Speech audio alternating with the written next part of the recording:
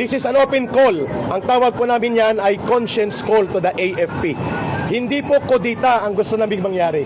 Hindi din po mutiny, kundi ang AFP must abide by their constitutional mandate.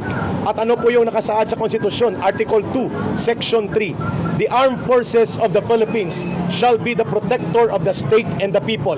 When the government, like what we are having right now under Marcos, does not serve the interests of the people, but rather facilitates the crime of plunder, it is only proper for the AFP to stand with the side of the people.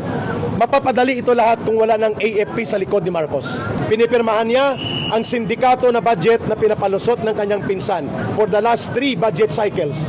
Ibig sabihin po, ang conspiracy ni Marcos at ni Romualdez ang naging dahilan kung bakit naging malakas ang loob ng kagaya ni Saldico na maging kriminal na mandurukot at mangangamkam sa kaban ng bayan, ang sindikato sa DPWH hanggang sa baba, hindi lamang sa taas na antas, at pati ang mga kriminal na contractors na numbalik, sapagkat ang unang nawala ay yung tinatawag nating fear factor, yung pagkatakot na may kalalagyan ka kapag ikaw ay nagnakaw sa kaban ng bayan. Ang pangalawa, there is no certainty of conviction na makikita ngayon na kahit magnakaw ka, pwede kang tumakas, magtago kagaya ng ginagawa ngayon nila Saldico.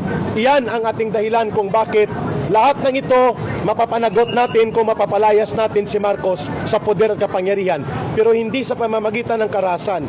People power na mapayapa, tuloy-tuloy, ngunit hindi tayo titigil na hindi siya bumababa. Pangalawa, mapapadali pong lahat ng ito kung dumagsa ang tao sa lansangan, mapipilitan ang Armed Forces of the Philippines to withdraw support from the Commander-in-Chief.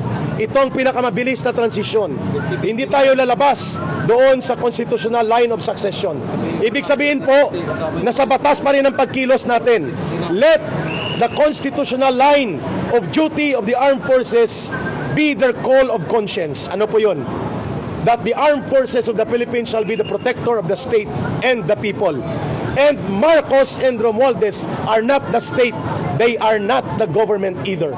Ibig sabihin po, mapapadali ito lahat kapag nanindigan ang AFP kasama ang PNP to withdraw support from the Commander-in-Chief that will render Marcos inutil, and therefore a transition of power as stated by the Constitution can take place.